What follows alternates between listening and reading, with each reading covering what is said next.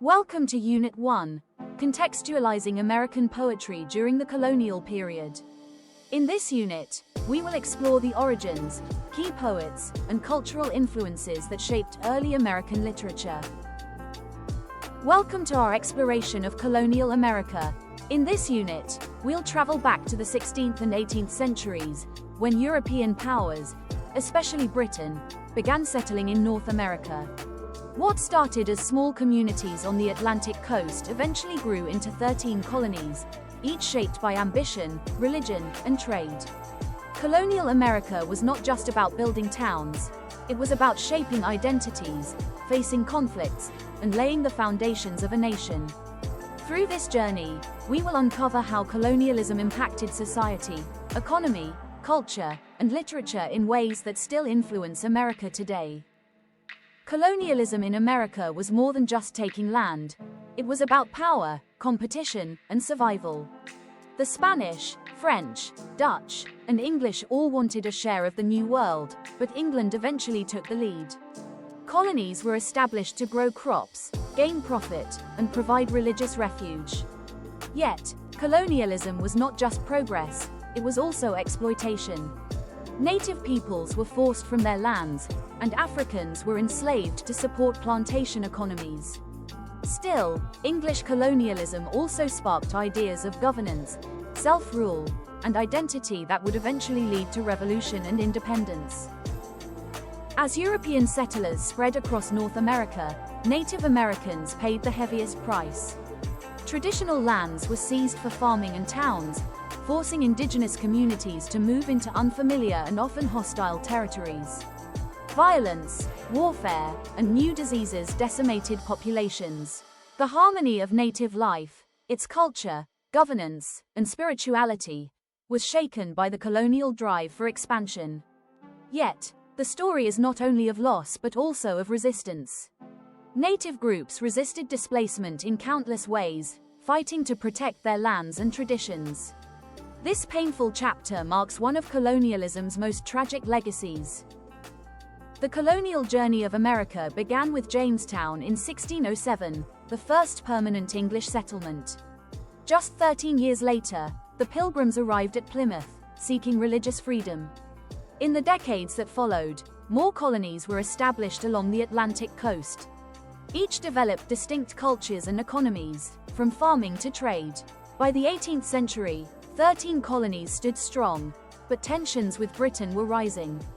The timeline ends with the Revolutionary War, from 1775 to 1783, and the Treaty of Paris, which officially recognized America as an independent nation.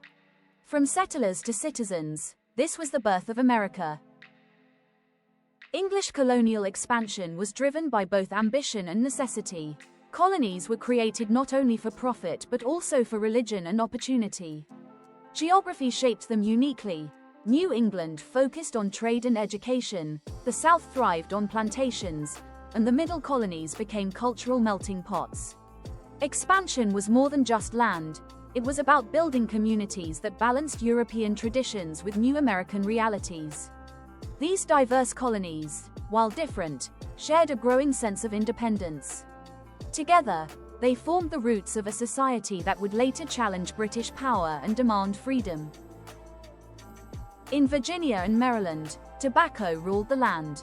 Known as the tobacco colonies, these regions built their entire economy on the crop. Demand in Europe turned tobacco into a profitable, cash crop, attracting settlers and investors. But prosperity came at a heavy cost. Plantation farming required large amounts of labor, leading to indentured servitude and the tragic rise of African slavery. Society became divided between wealthy plantation owners and struggling workers. While tobacco fueled colonial wealth and trade with Britain, it also tied the South to a system of inequality that would shape its future. Life in New England looked very different. Colonies like Massachusetts and Rhode Island were founded by Puritans seeking religious freedom. Their communities revolved around the church and education, making literacy and moral discipline central to life. The rocky soil meant farming was difficult, so settlers turned to fishing, shipbuilding, and trade. This created a thriving economy not dependent on plantations. More importantly, New England fostered self-governance and democratic practices, planting the seeds for future political ideals. It became a hub of religion, intellect, and community values that influenced America's development. The Middle Colonies, New York, New Jersey, Pennsylvania, and Delaware, were the most diverse of all. People from different nations and religions lived side by side, creating a vibrant culture. With fertile land, these colonies became the breadbasket, producing wheat and grains. Their cities, especially New York and Philadelphia, grew into important trade centers, buzzing with commerce and ideas. Quakers in Pennsylvania promoted tolerance, making the region a model of pluralism. The Middle Colonies' blend of farming, trade, and diversity reflected the openness and opportunity that would later define America itself. In the Southern colonies, like the Carolinas and Georgia, wealth was built on plantations. Crops such as rice, indigo, and cotton thrived in the warm climate and fertile soil.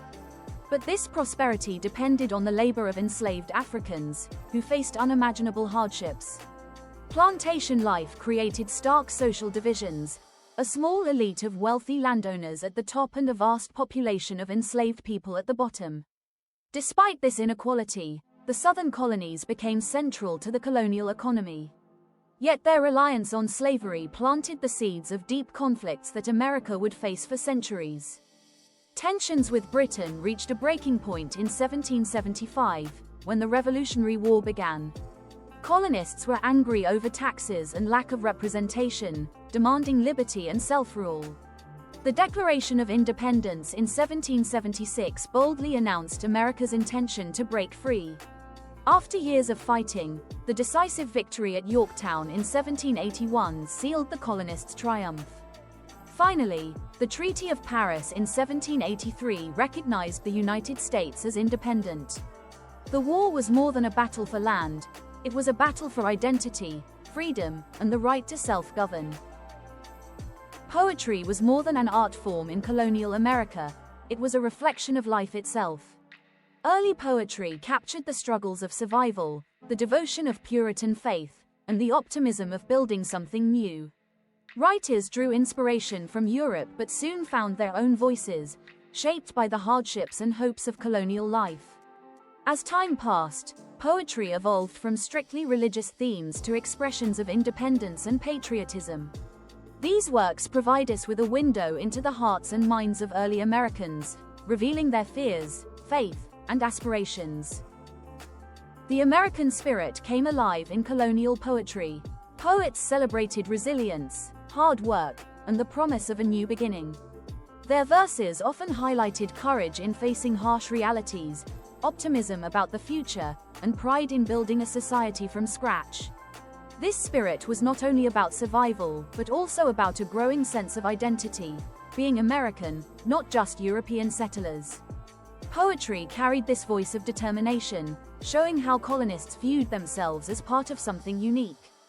These early expressions helped shape the cultural foundation of America.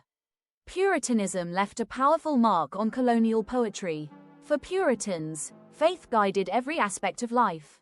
Their poetry was plain, serious, and deeply spiritual, often focusing on sin, salvation, and God's will.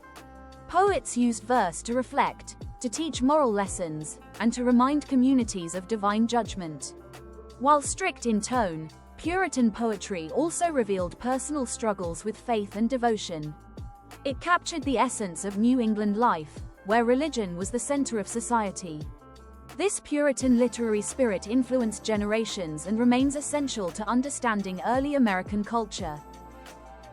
Three poets stand out in colonial America: Anne Bradstreet, Edward Taylor, and Philip Freneau. Together, they represent the journey of poetry from religious devotion to patriotic ideals. Bradstreet, America's first published poet, wrote of love, family, and faith. Taylor, a Puritan minister, used poetry as private devotion, blending theology with personal emotion. Freneau, called the poet of the American Revolution, shifted the focus to liberty, independence, and national pride. These poets show how literature evolved alongside America itself, reflecting the changing priorities of colonial society. Anne Bradstreet holds the honor of being the first published American poet. As a Puritan woman, her work was groundbreaking in a male-dominated society. Her poetry explored themes of love, motherhood, loss, and faith, offering a deeply personal view of colonial life. In her famous collection, The 10th Muse Lately Sprung Up in America, Bradstreet balanced devotion to God with her human emotions. She showed that women's voices mattered, both in literature and in society. Her legacy lies in her courage to write authentically, blending personal experience with religious devotion. Edward Taylor was a Puritan minister whose poetry remained private during his lifetime. Written mostly as meditations for sermons, his poems reveal deep religious conviction. Taylor often used everyday imagery, like household tasks and farming, to explain spiritual truths. His preparatory meditations express humility and devotion, blending theology with vivid metaphors. While not widely known in his time, today Taylor is recognized as one of the greatest spiritual poets of colonial America. His work provides us with a profound insight into Puritan faith and the intimate connection between religion and daily life. Philip Freneau earned the title of the Poet of the American Revolution. Unlike earlier Puritan poets, his work was political, secular, and boldly patriotic. Freneau wrote about freedom, democracy, and the struggle against British oppression. His poetry inspired colonists and gave voice to the ideals of independence. He criticized tyranny and celebrated the vision of a new nation. Through his writings, Freneau captured the optimism and energy of a people determined to govern themselves. His poetry marks the transition from colonial struggle to national pride, reflecting the birth of American identity. Beyond the major names, several other poets added depth to colonial literature. Michael Wigglesworth wrote devotional poems like The Day of Doom, which painted vivid pictures of Judgment Day. Cotton Mather, a Puritan minister, blended religious writing with literature. Nathaniel Ward used satire to critique society and church practices. Samuel Sewall reflected Puritan values through his verse, while Jonathan Edwards infused poetry with the passion of his sermons. Though their styles varied, each poet contributed to shaping colonial thought, reflecting both the strictness and creativity of their times. Let's highlight these poets briefly. Michael Wigglesworth, with his powerful Day of Doom, stirred fear and reflection about salvation. Cotton Mather combined his role as minister with literary works that influenced public thought. Nathaniel Ward used humor and satire in religious critique, breaking away from the usual serious tone. Samuel Sewall captured Puritan struggles and moral concerns in verse. Finally, Jonathan Edwards, remembered for his fiery sermons, used poetic imagery to bring theology alive. Together, these voices show the wide range of literary contributions in colonial America. In conclusion, colonial America was more than just settlements and wars, it was the making of a nation. From the displacement of Native Americans to the fight for independence, the colonial journey shaped American history and identity. Literature, especially poetry, mirrored this transformation. Beginning with Puritan devotion and ending with revolutionary passion, poets captured the spirit of the age.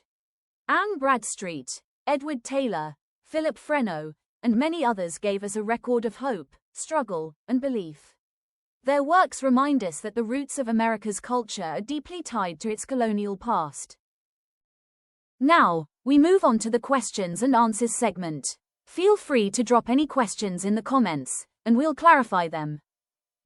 The first question is, what is the colonial timeline in America? The colonial timeline in America refers to the period from the establishment of the first English colony in 1607 to the achievement of independence in 1783. It began with Jamestown, Virginia, the first permanent English settlement. Over the next century, colonies expanded across regions including the Tobacco Colonies, New England Colonies, Middle Colonies, and Southern Colonies, each developing unique economies and social structures. This period also saw the displacement of Native Americans and the growth of slavery to support plantation economies. The timeline culminates with the Revolutionary War from 1775 to 1783, after which the Treaty of Paris officially recognized the United States as a free and independent nation, marking the end of colonial rule. Now, let's look at the importance of poetry in the colonial era. Poetry held significant cultural importance in the colonial era as it became a medium of personal expression, spiritual devotion, and political voice.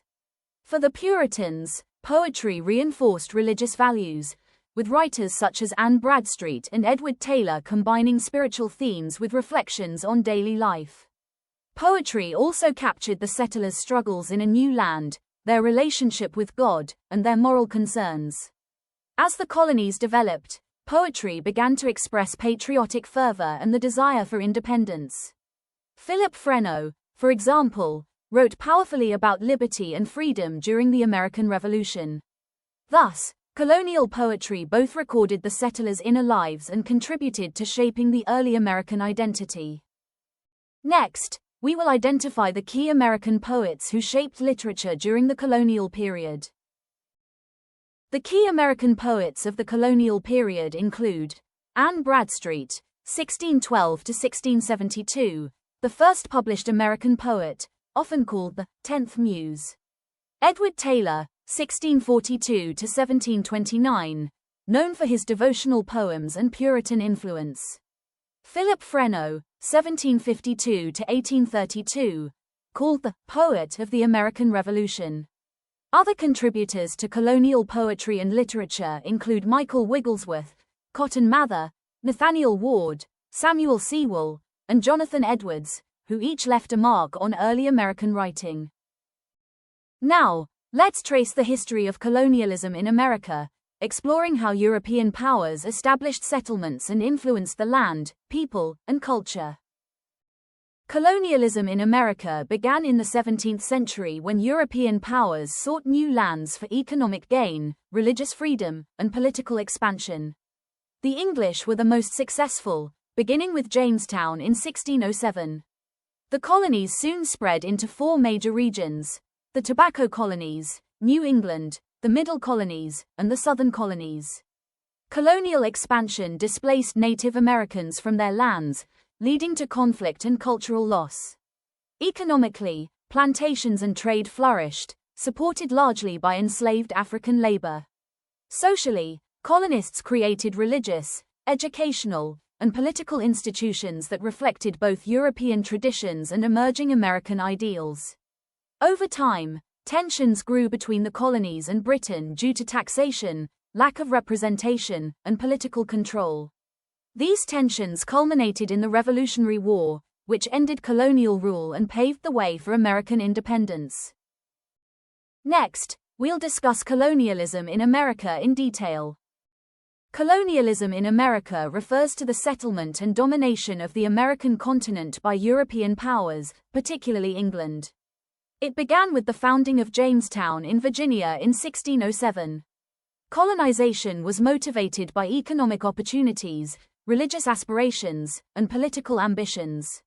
Over time, different colonial regions emerged with distinct identities. The tobacco colonies relied on plantation agriculture, especially tobacco, supported by enslaved African labor. New England colonies were shaped by Puritan values, small-scale farming, education, and community-centered living. Middle colonies became culturally diverse, balancing farming, trade, and religious freedom.